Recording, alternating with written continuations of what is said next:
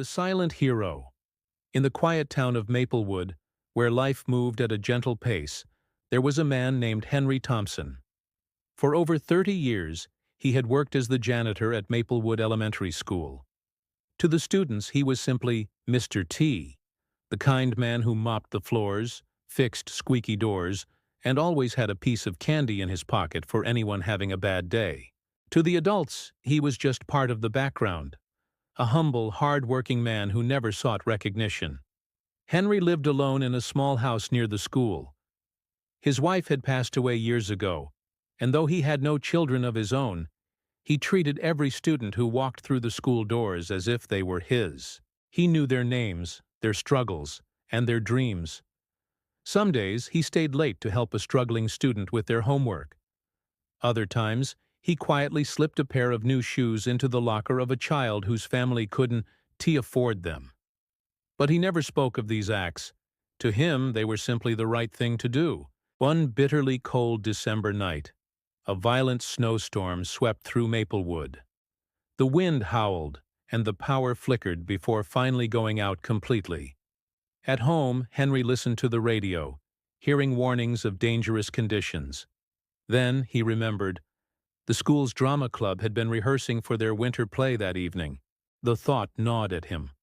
What if they were still there? What if they were trapped? Without hesitation, he pulled on his old coat, grabbed a flashlight, and trudged through the knee-deep snow toward the school.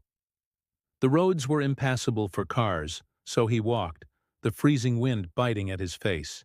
When he arrived, he found the school dark and silent, except for faint voices coming from the auditorium. Inside, a group of 10 students and their teacher, Mrs. Carter, were huddled together, shivering.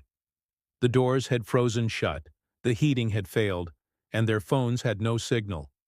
Fear was beginning to set in. Henry acted quickly. Using the tools he always carried, he chipped away at the ice, sealing the doors until he could force them open. Then he led everyone to the boiler room, the warmest place in the building, and built a small fire in the maintenance furnace. He handed out spare blankets from the lost and found, made hot cocoa on a portable stove he kept for emergencies, and even told jokes to keep the kids calm. For hours he kept watch, making sure no one fell asleep in the cold. When one of the students, a little girl named Emily, started crying, he sat beside her and told her stories about his late wife, how she had loved snowstorms because they brought people together. Slowly, Emily smiled again. By dawn, the storm had eased, and rescue crews arrived. Parents rushed in, overjoyed to find their children safe. When they learned what Henry had done, they were stunned. The man they had barely noticed all these years had risked his own safety to protect their kids. At the next school assembly, the mayor presented Henry with a medal for bravery. The auditorium erupted in applause, but Henry, uncomfortable with the attention, simply said, "I just did what any decent person would do." But the students knew better. To them, Mr. T had always been a hero, long before that night. Years later, Emily, now a grown woman, returned to Maplewood as a teacher at the same school. On her first day, she saw an elderly Henry still working, still smiling, still slipping candies into kids' pockets. She walked up to him and handed him a small box. Inside was a handmade medal, crafted by the very students he had saved that night.